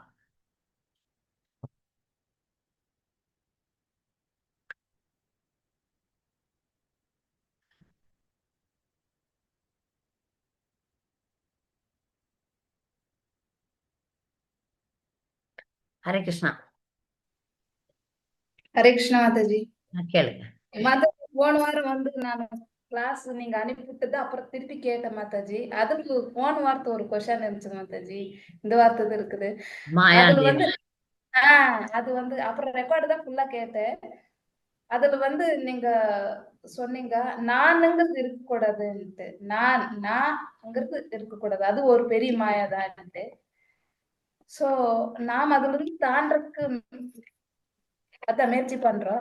ஆனா நம்ம கூட இருக்கிறவங்க, சுத்தமத்த இருக்கிறவங்க ஏதாச்சும் பார்த்து இது நான் தான் செஞ்சேன், அது நான் தான் செஞ்சேன், இது நான் தான் படுத்தேன், இது நான் தான் அப்படிங்கும்போது நாம அது தடுக்கட்டுறதுக்கு பிரயத்னம் பண்றோம். ஆனா கூட இருக்கிறவங்க அதை சொல்லிட்டே இருந்தீங்களா, அது எப்படி கூட இருக்கிறவங்க உங்களை சொல்ல வைக்கிறாங்களா இல்ல அவங்களே பேசிட்டு திரியறாங்களா? அவங்களே பேசுவாங்க, நம்மளையும் சொல்லி வைக்குவாங்க. நீ சொல்லு, சில டைம்ல இது நான் தான் செஞ்சது, இது நான் தான் நான் அதை அப்படி பண்ணேன், இது என்னால தான் வந்தாங்க, என்னால பக்திக்கு வந்தாங்க, இவங்க என்னால தான் சாண்டிங் பண்றாங்க சொல்றாங்க. அந்த டைம் நம்ம மனசுக்குள்ள போகுது, ஐயோ அப்படி சொல்லக்கூடாது, யுகோ ஒரு அது பண்ணக்கூடாது, ஏன்னா வருது. அது அவங்ககிட்ட நம்பிக்கை இதை சொல்லாம இருக்கிறது எப்படி மாதாஜி, எனக்கு புரியல. அன்னைக்கு ஒரு நாள் அந்த இப்போ இந்த மாதிரி எல்லாம் நிறைய தப்புகள் நானே பண்றேன். இப்ப நான் சொல்றேன்ல, நானே நிறைய பண்ணிடுறேன். சமீபத்துல ஒரு இடத்துல ஒரு பக்தர் என்ன சரியா பிடிச்சிட்டாங்க. என் சம்பந்தப்பட்ட பெண்கள் அனைவரும் புடவை தான் கட்டுவாங்க அப்படின்னு சொன்னேன். அப்போ நீங்க வந்து என் சம்பந்தப்பட்டன்னு சொல்லக்கூடாது, பிரபுபாதரோட சம்பந்தப்பட்டவங்க அப்படின்னு நீங்க சொல்லணும் அப்படின்னும் போது அப்பதான் எனக்கு உரைச்சது. ஓ, அப்ப நம்ம வந்து இந்த தவறை செஞ்சுட்டோமேன்ட்டு. அந்த மாதிரி நிறைய நேரங்கள்ல எல்லாருக்குமே நடக்குது தான், உண்மைதான். மாத்த முயற்சி செய்வோம். ஒரு நாள் அந்த மாதிரி வைஷ்ணவ பண்றோம், பக்தர்களை நிந்திக்கிறோம், சில நேரங்கள்ல வழி நடத்தக்கூடிய பக்தர்களையும் நிந்திக்கிறோம். நிந்திக்காமலும் இருக்க முடியல. அதுக்கப்புறம் இப்போ இந்த மாதிரி விஷயங்கள்லாம் நடந்ததுக்கு அப்புறம் ஒரு நாள் இரவு அது வந்து இன்ட்ராஸ்பெக்ஷன்னு சொல்லுவோம். சுய அலசல், உள்புறமாக பயணித்தல் அப்படின்னு சொல்லுவோம். நம்ம செய்யற தவறுகளை அன்று இரவு படுக்கிறதுக்கு முன்னாடி இனி இதெல்லாம் செய்யக்கூடாது, இந்த மாதிரி பேசக்கூடாது. அதுக்கு வந்து ஒரு வாசகத்தை பிரபுபாதர் சொல்றார். நம்ம எந்த செயல் செஞ்சாலும் என்ன வார்த்தை பேசினாலும் அதுக்கு தான் கிளாஸ் கொடுக்கறதுக்கு முன்னாடி 100 வாட்டி யோசிப்பேன். இதுல அகங்காரமான வார்த்தைகள் வருதா, இல்ல நான் தற்பெருமையை பேசிடுறேனா, இல்ல இதுல என் திறமைகளை நான் வெளியே காட்டணும்னு நினைக்கிறேனா, இல்ல பக்தர்களை உண்மையாக தூய பக்தி பாதையில கொண்டு போகணும்னு நினைக்கிறேனா அப்படின்னு ஒரு அலசல்கள்லாம் பண்றது உண்டு, எனக்கு உண்டு. அப்ப நம் தவறுகளை யாராவது சுட்டி காட்டும்போது ஆமாம் அப்படின்னு சொல்லி எடுத்துக்கிற மனப்பக்குவத்தை நான் வளர்த்துக்கணும். என்னுள்ள நான் செய்றேன்றத எண்ணத்தை எடுக்கணும். அப்போ ஒரு நாள்ல எத்தனை முறை அந்த மாதிரி நான் பேசுறேன், அதை நான் மாத்தணும் அப்படின்னா அந்த இரவு வந்து கொஞ்சம் யோசனை பண்ணிட்டு மறுநாள் நான் சரியா இருக்கிறேன்னு சொல்லணும். இன்னொன்னு பிரபுபாதர் சொல்றத சொல்ல வரேன். கான்ஷியஸ் என்டீவர், அது உணர்ந்து செயல்படுதல். பேசுறோமா உணர்ந்து பேசணும். ஒரு காரியம் செய்றோம்னா அது உணர்ந்து செய்யணும். அது நடக்கும்போது கூட சில நேரத்துல நடக்கும்போது மேல பார்த்து நடந்தீங்கன்னா கீழே என்ன இருக்காதுன்னு தெரியாது. அதனால டொப்புன்னு கீழே யாருன்னா இருப்பாங்க, அவங்கள மெரிச்சிருவோம். கீழே தண்ணி இருக்கும், வழுக்கி விட்டுறோம். இது நடந்திருக்குது, எனக்கே நடந்திருக்கு. ஒரு முறை கோயில்ல இப்படி மேல பார்த்துன்னு நடக்கிறது. கீழே ஒரு குழந்தை இருக்கு, அது மேலேயே விழுந்து அந்த குழந்தை மேல காலை வச்சு அதுல இருந்து கீழவும் பார்ப்பேன், மேலேயும் பார்ப்பேன், சுத்தியும் பார்ப்பேன். அடடா, யார் மேல நான் காலை வைக்க போறோம், ஏதோ பூச்சி போட்டு இருக்குமா. இதெல்லாம் வந்து உணர்ந்து செயல்படுதல். நடக்கிறதுல இருந்து, பேசுறதுல இருந்து, சாப்பிடுறதுல இருந்து வாழ்க்கையே மெடிடேஷனா போடணும். கஷ்டம்தான். வாழ்க்கையை தியானமாக ஆக்க வேண்டும். 24 மணி நேரத்தையும் உணர்ந்து செயல்படும் போது தவறுகள் நீக்கப்படும். அப்ப காலையில இருந்து சாயங்காலம் வரைக்கும் என்னுடைய செயல்களை கிருஷ்ணருக்கே அர்ப்பணிக்க வேண்டும், கிருஷ்ணருக்காக வாழ வேண்டும், கிருஷ்ணரே செய்கிறார் என்ற உணர்வை நான் வளர்த்து கொள்ள வேண்டும்னு கொஞ்சம் எக்ஸ்ட்ரா முயற்சி போடணும். கஷ்டம்தான். பல கஷ்டங்கள்ல இது ஒரு கஷ்டம்தான். உண்மைதான். கஷ்டமான விஷயம்தான். இது நான் செய்த தவறுகள் கூட உங்ககிட்ட சொன்னேன். ஆனால் நான் விட்டுட்டு அடியேன் அடியேன் அடியேன்னு மாறணும். நிறைய பேர் அடியேன்னு சொல்றாங்கங்க ஸ்ரீ சம்பிரதாயத்துல. நாம வந்து முயற்சி பண்ணணும். அடியேன் அடியேன்கிறதே நமக்கு வரமாட்டேங்கிறது வரல மாதாஜி. நம்ம, ஏன்னா அந்த அந்த குரூப்ல இல்ல. நமக்கு வந்து மாதாஜி பிரபுஜின்னு ஆக்கிடுறோம்ல. ரேணுகா மாதாஜி எல்லாம் அடியேன் அடியேன்பாங்க. சொல்றேன். நம்மளுக்கு என்னமோ ஹரே கிருஷ்ணா இப்போ இதுல சேர்ந்ததுல இருந்து ஹரே கிருஷ்ணான்னு மட்டுமாவது வருதேன்னு நான் சந்தோஷப்படுறேன். ஹரே இல்லைன்னா கிருஷ்ணா. அப்படி இல்ல இல்ல, ஆமா நமக்கு ஹரே கிருஷ்ணான்னு சொல்றது வந்து நான்ல ஆமா கிருஷ்ணர் தான் அப்படின்னு சொல்லுது. ஆமா ஆமா அப்படின்னு வருது. ரொம்ப நன்னா இருந்தது மாதாஜி சக்குபாய் கதை.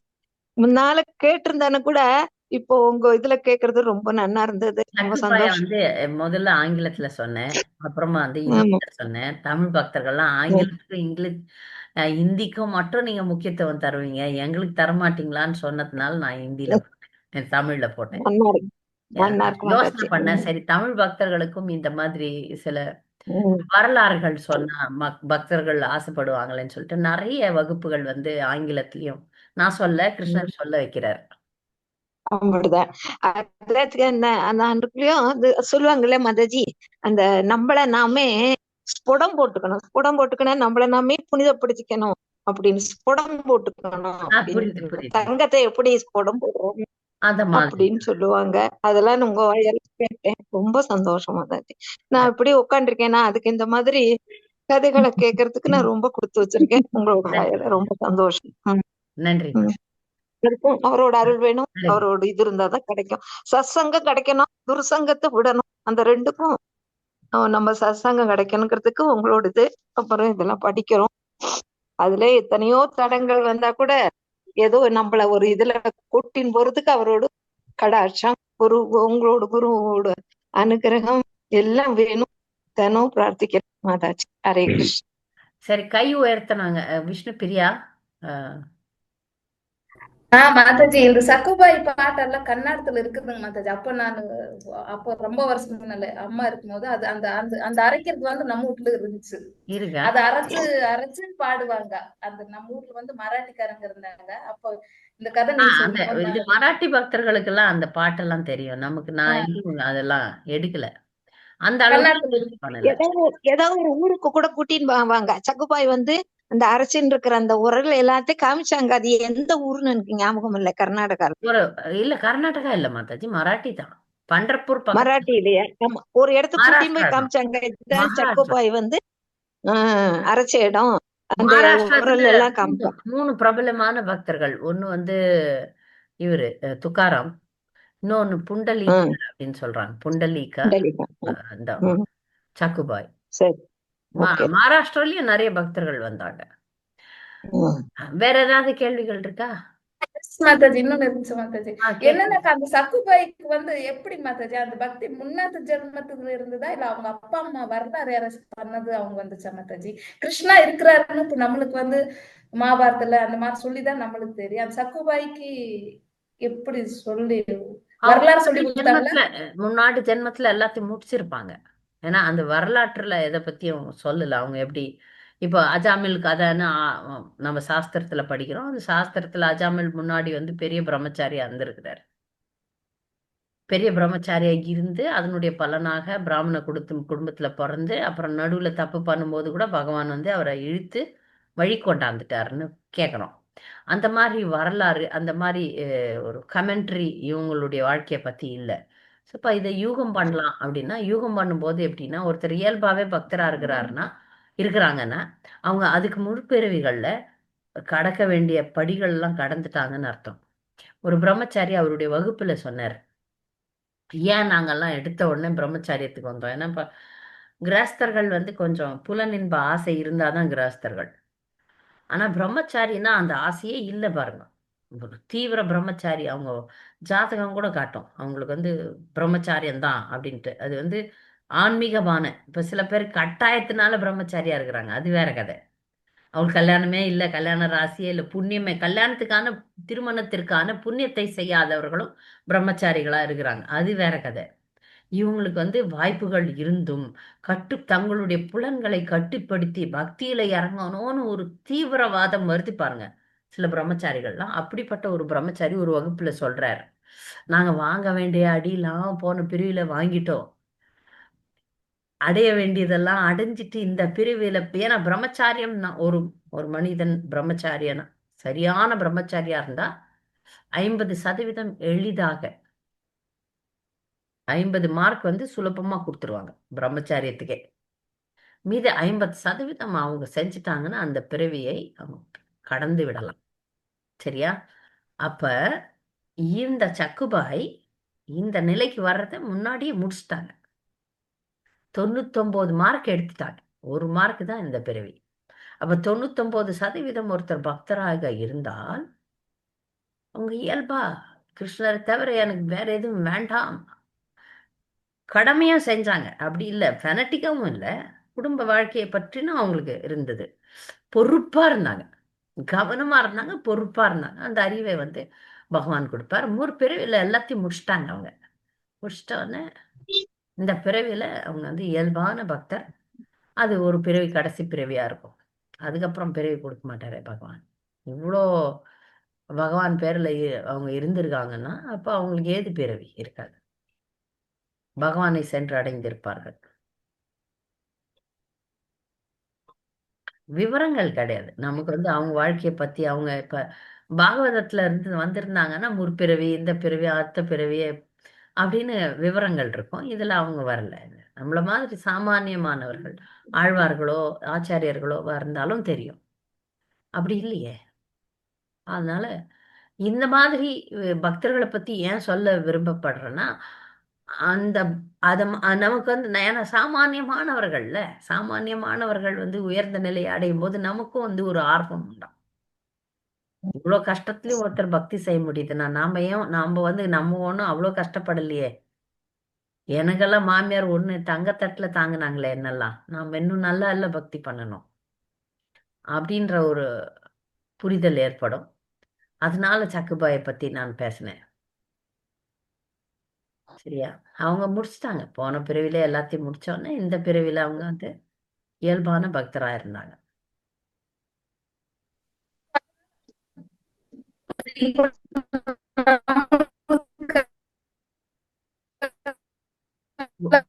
வாய்ஸ் இல்ல, வாய்ஸ் பிரேக் ஆகுது. சில நேரம் மாதாஜி அடிக்கடி வருது. இல்ல எல்லாருக்கும் உண்டு தானே, இது இங்கேயும் அப்படிதான். ஆமா. வாய்ஸ் பிரேக் ஆகுது. சரி, சுதர்ஷன் பிரபு. ஹரே கிருஷ்ண மாதாஜி. ரொம்ப நாள் கழிச்சு. கேவலம் மாதாஜி, நிறைய ஒர்க் இருந்தது எனக்கு. கண்டினியூ கிளாஸ் ரெகுலரா வர முடியல, அப்படியே வந்துட்டு போயிடுவேன். இன்னைக்கு கூட சர்வீஸ் முடிச்சுட்டு வெளியே தான் நிக்கிறேன். சொல்லுங்க. என்ன கேள்வி? மொத்தம் நீங்க கேள்வி என்ன இல்லை, சக்குபாய் பத்தி நீங்க சொன்னீங்க, நான் கேட்டுட்டே இருந்தேன். ஆனா அப்போ உள்ள காலத்துக்கு வந்து எந்த காலம் தெரியல, சக்குபாயோட காலம் என்ன மாதிரி எந்த நூற்றாண்டுன்னு தெரியல. எப்படி ஒரு தெரியல. ஆனா 100-200 வருஷம் முன்னாடியா இருக்கலாம். 100 வருஷம் முன்னாடினா எல்லாரும் பெண்களை வந்து வீட்டுல நல்லா வச்சிருப்பாங்க. இப்ப அப்படி இல்லையா, பெண்களை மையம் அடிச்சேன்னா உலகமே கொண்டு வராங்க எல்லாருமே. அப்போ உள்ள காலத்துக்கு சக்குபாயோட பக்தி வந்து எல்லாம் ஏத்துக்கிட்டாங்க. இப்போ அந்த மாதிரி கிடையாது. நினைக்கிற மாதிரி இப்போ பக்தரானா நம்ம கோயில தான் இருக்கணும், வீட்டுல இருக்க முடியும். முழுமையான பக்தி இருக்கலாமே, ஏன் நானா ட்ரை இல்ல நான் இல்ல கொஞ்சம் இருக்க முடியாது சொல்லலாம், இருக்கலாம். ஆனா ரொம்ப சகிப்புத்தன்மை ஜாஸ்தி இருந்துட்டே இருக்கும், ஒவ்வொரு நாளும் ஏறிட்டு தான் இருக்கு சகிப்புத்தன்மை. கோபம் பொறாமை எல்லாம் குறைஞ்சிக்கிட்டே தான் வருது தவிர தன்னை அறியாம ஒரு பயம் வருது, போனா நம்மள வந்து ட்ரீட் பண்ணலாம். பயப்பட தேவையில்லை. பக்தர்கள் எதுக்கும் பயப்பட தேவையில்லை. இந்த சக்குபாய் கதையில இருந்தே நான் பாத்துக்கலாம். சக்குபாய் பயந்த மாதிரி இல்ல, வாழ்க்கைய பயப்படல அவங்க. அவங்க வாழ்க்கைய அப்படியே வாழ்ந்தாங்க. இப்ப இந்த சூழ்நிலையில நாம அப்படித்தான் இருக்கணும்.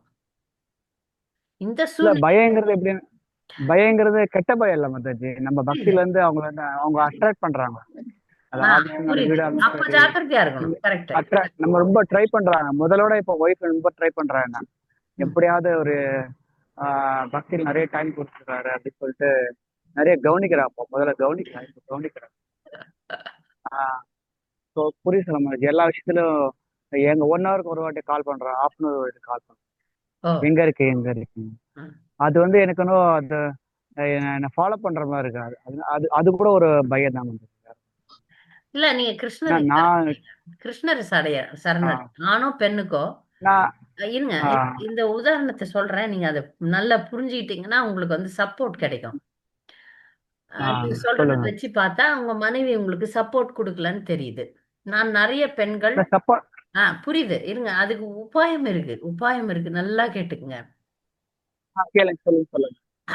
இப்ப வந்து பிராமண பெண் பத்தினிகள்னு ஒரு லீலை வருது, கிருஷ்ணா புக்ல படிச்சீங்கன்னா தெரியும். ஒரு கிருஷ்ணரும் இடைச்சிறுவர்களும் காட்டுல விளையாடுவாங்க. இடைச்சிறுவர்களுக்கு திடீர்னு பசி வந்துடும். பசி வந்த உடனே கிருஷ்ணர் கேக்குறாங்க பசிக்குதுன்ட்டு. அங்க யஜ்யம் நடக்குது. யஜ்யத்தினுடைய புருஷன் யாருன்னா கிருஷ்ணர் தான். எல்லாமே சர்வம் கிருஷ்ணார்ப்பணம்னு முடிப்பாங்க, எந்த யஜ்யமா இருந்தாலும் சர்வம் கிருஷ்ணார்ப்பணம் அஸ்து அப்படின்றதான் முடிவே. ஆனா அந்த பிராமணர்களுக்கு வந்திருக்கிறது கிருஷ்ணர் கடவுள்னே தெரியல. யாருக்கு யஜ்யம் பண்றோமோ அவரே யஜ்ய புருஷனே நேர்ல வந்திருக்கிறாரு, ஆனா இவங்க கொடுக்கல. ஆனால் இது பிராமணர்கள் வேதங்களை படிச்சும் கடவுளை அறிய முடியவில்லை. வந்து கேட்டப்ப இல்லைன்னு சொல்லி அனுப்பிச்சிடுறாங்க.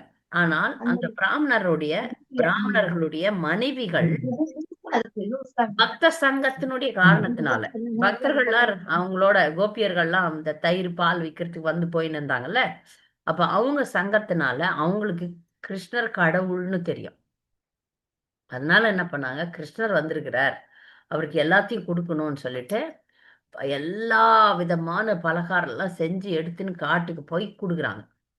கொடுத்துட்டு அவரை வந்து அப்பதானே முதல்ல பாக்குறாங்க. பார்த்து பிரார்த்தனைகள் எல்லாம் சொல்லிட்டு ஒரு வார்த்தை சொல்றாங்க, கிருஷ்ணா இப்ப உன்னை நம்பி வந்துட்டோம், திரும்பி அங்க போக முடியாது, அதனால இப்படியே இருந்துடுறோம், ஒன்னும் எங்களை சாகடிச்சிடு, இல்ல எங்களையே நீ வச்சுக்கோ, ஏதா ஒண்ணு பண்ணு அப்படின்னு சொல்றாங்க. அப்ப கிருஷ்ணர் சொல்றாரு, நீ அதை பத்தி கவலைப்படாதீங்க, எல்லாருடைய இதயத்திலயும் பரமாத்மா இருக்கிறது நான் தான், நீ போ, அவனுங்களெல்லாம் நான் திருத்துறேன்றார். நீங்கெல்லாம் போங்க அங்க, அந்த பிராமணர்களை நான் திருத்துறேன். பிராமணர்களுக்கு அப்புறம் அறிவு வருது, அடடா வாய்ப்பை தவறு விட்டோமே, இவங்க பண்ண புண்ணியத்தை நாம பண்ணலையே, மந்திரங்கள்லாம் ஓதி பிரயோஜனம் இல்லையே அப்படின்னு சொல்லிட்டு மனைவிகளை மீண்டும் திரும்ப வந்தப்ப அங்க ஏண்டி ஓடி போனீங்கன்ற கேள்வி வரல. இப்படி ஒரு மனமாற்றத்தை அவர் ஏற்படுத்திட்டார். அதனால மனமாற்றம் ஏற்படும், நீங்க நம்புங்க, பகவானை நம்புங்க. உங்களுடைய பக்தியை வளர்க்கணும்னா அவங்கள மாத்திடுவார், உங்க மனைவியினுடைய மனதை மாற்றுவார். நீங்க பயப்படாம செய்யுங்க, கிருஷ்ணர் பார்த்துக்குவார் அப்படின்னு நினைங்க, போல்டா இருங்க. நீங்க வந்து உங்க இல்ல குடும்பத்துல நீங்க நீங்க சொல்றதுதான் அவங்க கேட்கணும். ஆனா அது கட்டாயப்படுத்தாமல் அன்பாக புரிய வைங்க. ஏதாவது ஒரு டேர்னிங் பாயிண்ட் வரும். என்னுடைய நெருங்கிய பக்தர் ஒரு ஒரு மாதாஜி இருக்காங்க. அவங்க திருமணம் அவங்க அப்பா அம்மா பக்தர், அவங்க அவங்க பக்தர், அவங்க அக்கா குடும்பமே பக்தர். ஆனா அவங்களுக்கு வந்து ஒரு ஒரு 40 வருஷத்துக்கு முன்னாடி எல்லாம் வந்து இந்த பிரச்சனை இருக்கும் தானே, இதே ஜாதியில பண்ணணும்ன்ட்டு. அவங்க பக்தரா இருந்தாலும் அந்த தந்தை வந்து அவங்க ஜாதியிலே பண்ணணும்ன்ற ஒரு எண்ணத்துல ஒரு அவங்க ஜாதி ஆளுக்கே கொடுத்துட்டாங்க. அவர் வந்து பக்தர் ஆவறதுக்கே அவங்க தயாராவே இல்லை. அவர் அவர் இன்னைக்கு சிறந்த பக்தர், அன்னைக்கு திருமணமான புதுசுல. அதனால இவங்க வந்து இடை விடாமல் பிரார்த்தனை பண்றாங்க, இடை விடாமல் பிரார்த்தனை பண்றாங்க. எப்படியாவது பிருந்தாவனத்துல வந்துட்டாருன்னா அவர் மனம் மாறுவார்னு ஏதோ ஒரு நம்பிக்கை அவங்களுக்கு. கணவரை அது வரைக்கும் அந்த ட்ரெயின்ல வர்ற வரைக்கும் கூட திட்டினாராம். நீ என்ன எதுக்கு இங்கெல்லாம் கூட்டின்னு வர, இனிமேல்லாம் நான் வருவேன்லாம் எதிர்பார்க்காத, இதெல்லாம் நான் அனுமதிக்க மாட்டேன், அப்படி இப்படின்னு கத்து கத்து கத்துன்னு கத்துறாராம். எப்போ பிருந்தாவனத்துல வந்து அந்த காலை வச்சு அந்த காற்றை சுவாசிச்சாரோ அடுத்த க்ஷணம் மாறிட்டாராம். அவங்க சொல்றாங்க என் வாழ்க்கையில் இது அதிசயமாக நடந்ததுன்னு சொல்றாங்க. அதுக்கப்புறம் அவங்கள விட அவர் நல்ல பக்தர் நான் பார்த்திருக்கேன். அவ்வளவு ஒரு அருமையான பக்தர் அவர் மாறிட்டார். அப்போ ஒரு டேர்னிங் பாயிண்ட் வரும் உங்க மனைவிக்கு. அதுக்கு நீங்க காத்திருக்கணும், பொறுமையா இருக்கணும். அந்த டேர்னிங் பாயிண்ட்டுக்காக பிரார்த்தனை பண்ணணும். நீங்க வந்து உங்க மனைவின்றது வந்து ஒரு நெருக்கமான உறவு, தூரத்து உறவுலாம் கிடையாது. அதனால இதயபூர்வமான கனெக்ஷன் இருக்கும். கணவன் மனைவிக்கு இது எப்ப நீங்க எஸ்டாப்ளிஷ் பண்ணலையோ, கணவன் மனைவி இதயபூர்வமான கனெக்ஷனை நீங்க ஏற்படுத்தலைன்னா பிரச்சனை வரும். குடும்பத்துல அப்படித்தான் இருக்கணும். அப்ப நீங்க உங்க மனைவியோட மனசுல பேசுங்க, வாயில பேசாதீங்க. அம்மா, நான் உன் கணவன், நீ வந்து நான் சொல்றத நீ கேட்கணும். நம்ம இவ்வளவு நாள் வாழ்ந்திருக்கிறோம். நான் ஒரு நல்ல பாதையில் இருக்கிறேன். நான் நல்லது நினைக்கிறேன். இது செஞ்சோம்னா குடும்பம்ல 7 தலைமுறை நல்லா இருப்போம் நம்ம. அதுக்காக இந்த வழியை நான் சொல்றேன் உனக்கு. அதனால நீ வந்து கவனமா வா அப்படின்றத மனசுல சொல்லுங்க. பிரசாதத்தை கொடுங்க. கொடுத்து அவங்க கண்டிப்பா வருவாங்க. கண்டிப்பா எங்க போகும்போதும் குடும்பத்தோட வரணும் அப்படின்னு பிரார்த்தனை பண்ணுங்க, அது நடக்கும். சக்குபாய்க்கு நடந்துச்சு இல்ல, உங்களுக்கும் நடக்கும். ம். Super sir. இல்ல ஜெபம் எனக்கு போது நீங்க சொல்றது ஆழமா புரியுது. ஜெபம் பண்ணுங்க. அது அதோட உங்களுக்கு பக்திக்கு அதோட தேவையானது மொத்தம் கிடைக்கும். நீங்க உங்களை குருதேவரா நினைப்பாங்க உங்க இப்ப மனைவி. நான் மட்டும் பக்தி பண்ற பக்தரை பண்ண முடியல. ஹரே கிருஷ்ணா. கேக்குதா உங்களுக்கு? கேக்குது, சொல்லுங்க. நான் மட்டும் என்னால மட்டும் பக்தி பண்ண முடியுது. என்னோட குழந்தைகளுக்கும் நான் கொடுக்குறேன் அப்படின்னு அவங்களுக்கே தெரியல. அது மாதிரி பையனுக்கு கொடுக்குறேன் அப்படின்னு அவனுக்கு தெரியுது. ஆனா அம்மாவோட தாக்கம் வந்து அம்மாவோட பாசம், தாக்கம், பயம் எல்லாம் அவனுக்கு 2 பேரும் போய் சேருது. என்னோட ஃபோர்ஸ் வந்து என்ன தாக்கு பிடிக்குது. ஆனா அவங்கள என்னால என்ன பண்ண சொல்றது, முடியும். போல்டா வந்து ஹேண்டில் பண்ண நீங்க முடியல. பண்ணுங்க, பண்ண நம்பிக்கை போல்டா நம்பிக்கை எல்லாத்துக்கும் போல்டா பண்ணா அவங்க வந்து போல்டா பண்ணும்போது அவங்க வந்து அடுத்த அடுத்த அடுத்த லைன் வந்து ட்ரை பண்றாங்க. சரி உங்க விருப்பமோ அதை பண்ணிக்கோங்க அப்படின்னு ட்ரை பண்ணும்போது நான் கொஞ்சம் அப்படியே பணிவா போயிடுறேன். புரியுது மாதிரி புரியுதா உங்களுக்கு? இல்லாட்டி இல்ல, ஃபெசிலிட்டிஸ் நீங்க கேட்குறாங்க. எனக்கு அது வேணும், இது வேணும், அது வேணும். பொறுமையா இருங்க, பொறுமையா இருங்க. கண்டிப்பா நன்றி. மாறும். ம். நன்றி நன்றி மாதிரி. ஹரே கிருஷ்ணா, ஹரே கிருஷ்ணா. வேற ஏதாவது பக்தர்களுக்கு வேற ஏதாவது கேள்விகள்?